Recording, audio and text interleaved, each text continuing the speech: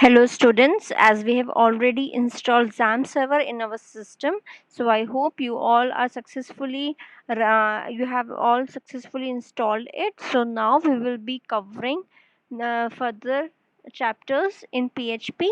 कैसे हम PHP को लिखते हैं, PHP का क्या स्ट्रक्चर होता है, क्या क्या उसमें हमारे वेरिएबल्स यूज़ होते हैं. तो अब हम थोड़ा डिटेल में PHP के बारे में पढ़ेंगे. तो PHP की script can be placed anywhere in the document. आप अपनी स्क्रिप्ट को PHP को कहीं भी किसी भी HTML डॉक्यूमेंट में कहीं भी एम्बेड कर सकते हैं. तो it is very flexible to use. आपने कोई भी PHP कोड लिखा, उसको आप अपने HTML कोड में कहीं भी लिखेंगे तो वो सक्सेसफुली रन करेगा एज एंड व्हेन रिक्वायर्ड. अब PHP स्क्रिप्ट मतलब हम उसमें कोड लिखते कैसे हैं.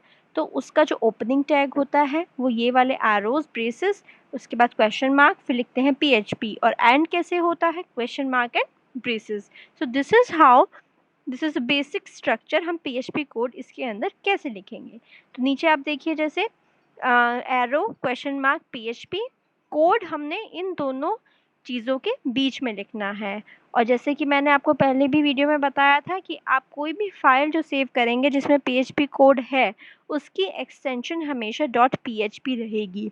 मतलब जो भी फाइल, जो भी आप PHP कोड रन करवाना चाहते हैं, उसमें जो भी फाइल आप सेव करेंगे उसका एक्सटेंशन हमेशा .php रहेगा. Let's go forward. सो अब कमेंट्स इन PHP हम कैसे लिखेंगे. जैसे मान लीजिए यहाँ पे मैंने एग्जाम्पल दिया है कि एक HTML के अंदर, हम HTML कोड के अंदर हम PHP में कुछ भी लिखना चाह रहे हैं, तो जो PHP कमेंट लाइन है वो आप डबल स्लैश के थ्रू लिख देंगे.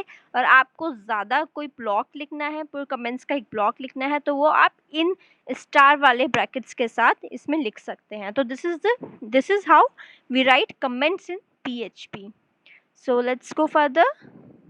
अब वेरिएबल्स की बारी आती है. वेरिएबल्स क्या होते हैं. जैसे कि वेरिएबल्स हमने सारी लैंग्वेजेस में पढ़े हैं, सी में पढ़े हैं, जावा में पढ़े हैं. वेरिएबल्स हम यूज़ करते हैं जब भी हमें कुछ ऑपरेशंस परफॉर्म करने होते हैं.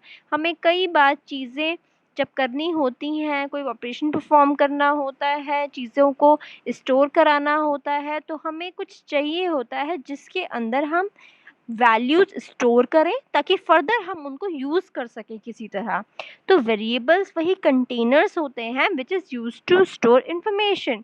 वेरिएबल्स का मतलब ही यही है जिनकी वैल्यूज़ वैरी करती रहे. एज एंड वैन जो भी हमारी रिक्वायरमेंट होती है, हम उनकी वैल्यू अपने अकॉर्डिंग चेंज कर सकते हैं. और throughout the program variables की जो वैल्यू होती है वो चेंज होती रहती है. तो variables as a containers work करते हैं जिसमें हम अपनी जो भी रिक्वायरमेंट है, इंफॉर्मेशन है, उसको स्टोर कर सकते हैं. और जब हमें ज़रूरत हो हम उसको यूज़ करके अपना जो भी रिक्वायरमेंट है, हमें जो भी प्रोग्राम बनाना है, हम उसको यूज़ कर सकते हैं फॉर आवर पर्पज़. अब PHP वेरिएबल्स के और क्या क्या कैरेक्टरिस्टिक्स हैं. वेरिएबल की जो PHP वेरिएबल्स हैं वो शॉर्ट नेम्स भी हो सकते हैं, एक्स, वाई, या उनका डिस्क्रिप्टिव नेम भी आप अपने रिक्वायरमेंट के हिसाब से रख सकते हैं. जैसे कोई एज है, का नेम, ये सारे वेरिएबल्स के नाम हैं. आप अपने हिसाब से कोई भी नाम वेरिएबल्स का रख सकते हैं. नेक्स्ट, रूल्स क्या क्या होते हैं जब आप कोई भी PHP वेरिएबल डिक्लेयर करते हैं या यूज़ करते हैं. तो a variable starts with the dollar sign followed by the name of the variable. मतलब जैसे आपको कोई भी वेरिएबल यूज़ करना है तो उसके आगे आप एक डॉलर साइन लगाते हैं. इससे ये इंडिकेट हो जाता है कि हम यहाँ पे एक वेरिएबल की बात कर रहे हैं. एक variable must begin with letter और द अंडरस्कोर कैरेक्टर. वेरिएबल का नाम हमेशा किसी भी लेटर से स्टार्ट होगा या किसी भी अंडरस्कोर कैरेक्टर से स्टार्ट होगा. वेरिएबल नेम में सिर्फ अल्फा न्यूमेरिक कैरेक्टर्स यूज़ कर सकते हैं आप, और अंडरस्कोर यूज़ कर सकते हैं. मतलब A to Z तक कोई भी कैरेक्टर यूज़ कर सकते हैं, 0 to 9 तक कोई भी न्यूमेरिक वैल्यू भी यूज़ कर सकते हैं. एंड वेरिएबल नेम में कोई भी स्पेसेस नहीं होने चाहिए. It should not contain any spaces. Variable names are case sensitive. जो हमारी PHP है स्क्रिप्ट, ये केस सेंसिटिव होती है. स्मॉल y और कैपिटल Y दो डिफरेंट वेरिएबल्स होंगे. तो it should be keeped in mind कि PHP जो है केस सेंसिटिव लैंग्वेज है, तो स्मॉल केस और अपर केस से बहुत डिफरेंस होता है. तो ये हमारे कुछ प्रॉपर रूल्स हैं जो हमें, जो कोई भी हम वेरिएबल का नाम अगर डिक्लेयर करेंगे, अपने वेरिएबल का नाम रखेंगे, तो ये सारे रूल हमें फॉलो करने हैं। अब हमें डिक्लेयर कैसे करते हैं पीएचपी वेरिएबल को? पीएचपी में कोई कमांड नहीं है डिक्लेयर करने के लिए वेरिएबल। वेरिएबल अपने आप क्रिएट हो जाता है जैसे हम उसे कोई भी वैल्यू असाइन करते हैं। जैसे हम सी वगैरह यूज़ करते हैं, वहाँ पे हमें डिक्लेयर करना पड़ता है कि इंट है, फ्लोट है, ऐसे हम डिक्लेयर करते हैं वेरिएबल, फिर उसमें कोई वैल्यू असाइन करते हैं। पर पीएचपी में ऐसा नहीं है। We don't need to initiate, we don't need to declare. हम बस असाइन करेंगे कोई भी वैल्यू और वो वैल्यू उस वेरिएबल में डायरेक्टली अपने आप चली जाती है और वो वेरिएबल अपने आप क्रिएट हो जाता है। जैसे कि यहाँ पे देखें तो dollar text is equal to hello world लिखा हुआ है, तो यहाँ पे क्या हुआ है कि हेलो वर्ल्ड को हमने टेक्स्ट में असाइन किया है, तो यहाँ पे ऑटोमेटिकली टेक्स्ट नाम का वेरिएबल क्रिएट होगा और उसमें अपने आप ये वैल्यू टेक्स्ट नाम की चली जाएगी। जैसे कि डॉलर एक्स इक्वल टू 5 लिखा हुआ है, तो यहाँ पे हमने जो 5 वैल्यू है वो डॉलर एक्स में डाली है, तो यहाँ पे अपने आप ये वेरिएबल क्रिएट हो जाएगा और ये वैल्यू इसमें ऑटोमेटिकली असाइन हो जाएगी। तो after the execution of these statements, variable text will hold the value hello world and the variable x will hold the value 5. और एक बात है जो नोट करने वाली है, जब भी आप कोई टेक्स्ट वैल्यू असाइन करते हो किसी भी वेरिएबल को, तो आप उसको कोट्स में लिखते हो। जैसे कि हमने हेलो वर्ल्ड को डबल कोट्स में लिखा हुआ है और 5 को हमने कोट्स में नहीं लिखा है। तो जब हम टेक्स्ट वैल्यू असाइन करेंगे तो हम कोट्स में लिखेंगे, जब न्यूमरिक वैल्यू असाइन करेंगे तो कोट्स की ज़रूरत नहीं होगी। अब PHP is a loosely type language. Loosely type language का मतलब क्या है कि PHP में देखो हमें किसी भी डेटा टाइप को बताने की ज़रूरत नहीं पड़ी कि इस वेरिएबल की वैल्यू ये इंट है 5 वैल्यू, या ये टेक्स्ट है तो ये कैरेक्टर है, वेरिएबल है, जैसे कि हम बाकी सारी लैंग्वेजेस में करते हैं, सी में करते हैं कि इंट है, फ्लोट है। तो लूजी टाइप है मतलब उसको अपने आप पता चल गया कि कौन सी कैरेक्टर की यहाँ पे बात हो रही है, इंटीजर की यहाँ पे बात हो रही है, वो ऑटोमेटिकली उस वेरिएबल को कन्वर्ट कर लेता है करेक्ट डेटा टाइप में, जो भी उसकी वैल्यू है उस पर डिपेंड करके। PHP automatically converts the variable to the correct data type depending on its value. In a strongly typed language, we will have to declare the type and name of the variable before using it.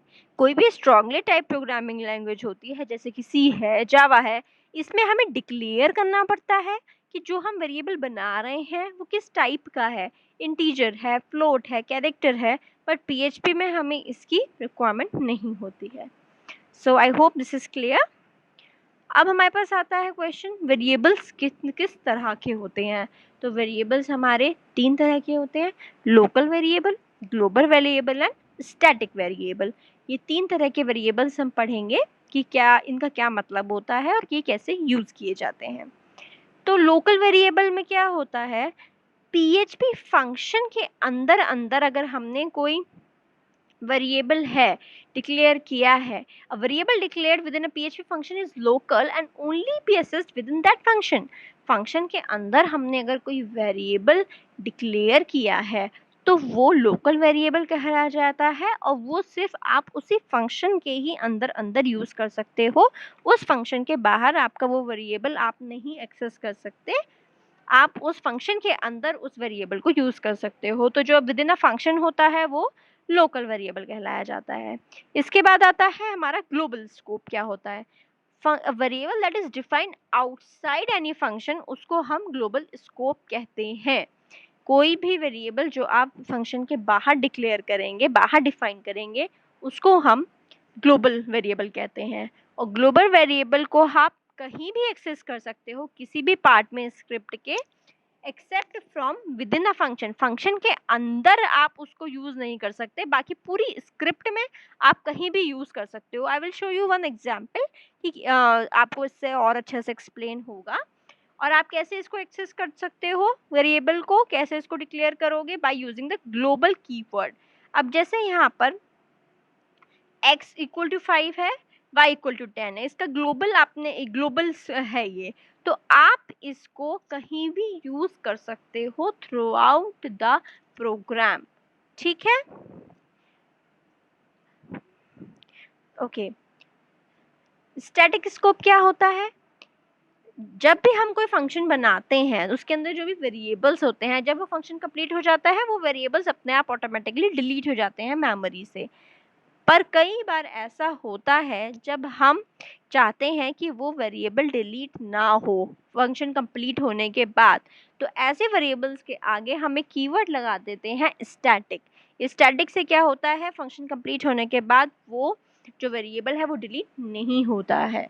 तो यही है, when a function is completed all of its variables are normally deleted, however sometimes you want a local variable to not to be deleted, इसीलिए हम उसके आगे use करते हैं static keyword.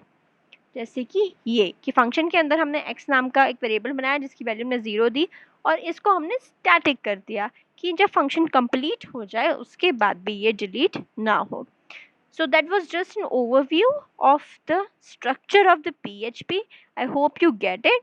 And मैं इसी variables के regarding आपको कुछ assignments भी दूंगी और इसको आपको perform करना है और just go through this PPT and video in detail. Once you will get knowledge, brief knowledge कि कैसे आप variables, अगर आप एक बार variable बना लोगे तो फिर काफ़ी आप प्रोग्रामिंग कर सकते हो। जैसे कि मैं आपको एक दूंगी एग्जाम्पल कि आपको 2 इंटीजर्स का सम करना है तो और उसका आपको रिजल्ट डिस्प्ले करना है, तो उसमें आपको सिंपल वही करना पड़ेगा, एक इंटीजर लेना पड़ेगा उसमें एक वैल्यू डलवाओगे, दूसरा इंटीजर लेना पड़ेगा उसमें दूसरी वैल्यू डलवाओगे, उन दोनों का सम का एक वेरिएबल डिक्लेयर करके उसमें उसकी सम की वैल्यू डलवाओगे। तो just go through this once and whatever your doubts we will take it in the next session. Okay.